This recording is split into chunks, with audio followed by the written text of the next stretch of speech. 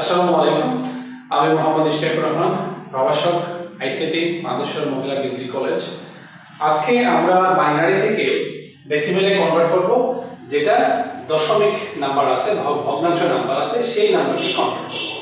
ঠিক আছে, আমরা একটা এক্সাম্পল নিয়েছি। এটা একটা নাম্বার, তো এই নাম্বারকে আমরা ডেসিমেলে কনভার্ট করার জন্য আমরা আগে থেকেই জানি যে ডেসিমেল থেকে যখন আমরা বাইনারিতে যাই তখন 2 দিয়ে ভাগ করতে হয়।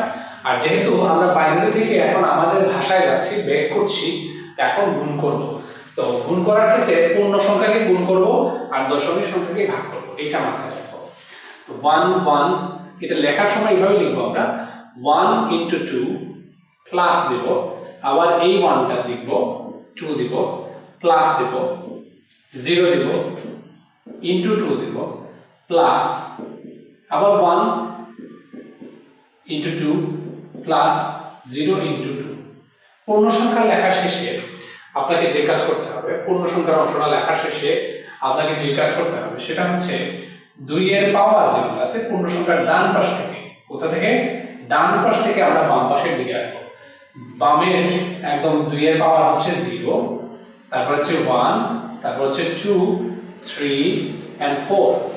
এটা লেখার পরে আমরা আবারও প্লাস দেব। কি দেব? প্লাস দেব। এখানে গুণ করেছি। আমরা বাইনারি সংখ্যা থেকে ডেসিমেলে যাওয়ার সময় গুণ করব। কাকে?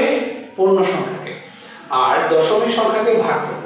তো ভাগ আসলে গুণের মাধ্যমে প্রকাশ করা যায় 1 × 2 প্লাস 0 × 2 প্লাস 1 × 2। এখন এই পাশের অংশ থেকে আমরা লিখব -1 -2 -3। এটা ভাগের বিষয়।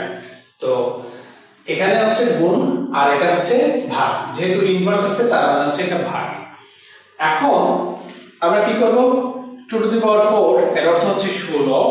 তো 16 কে 1 দ্বারা গুণ করলে আসে 16। 2³ মানে হচ্ছে 2 3 বার আছে, তাহলে 8।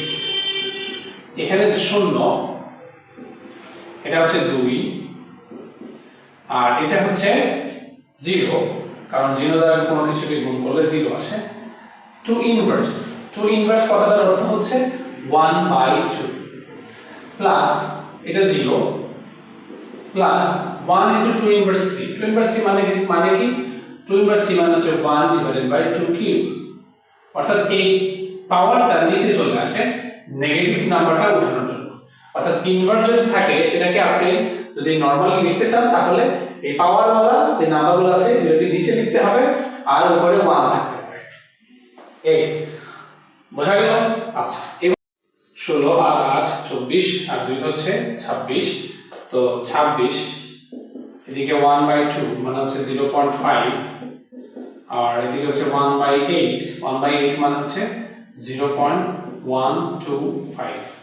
এখন 26 26.5 26.5 26.625, এই হচ্ছে আমাদের ডেসিমেল নাম্বার। তো এইভাবে আমরা মূলত পূর্ণ সংখ্যাকে, বাইনারি সংখ্যাকে আমরা ডেসিমেলে কনভার্ট করতে পারি। তো এটা কিভাবে করেছি আমরা একটু বলি আবার। পূর্ণ সংখ্যাকে আমরা ডান পাশ থেকে লিখব।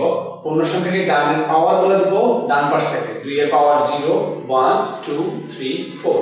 আর দশমিক সংখ্যাগুলোকে আমরা লিখব -1 -2 -3। আর এটা 1/2³ 2³ মানে হচ্ছে 8, 1/8 এর মান হচ্ছে 0.125, 1/2 এর মান হচ্ছে 0.5।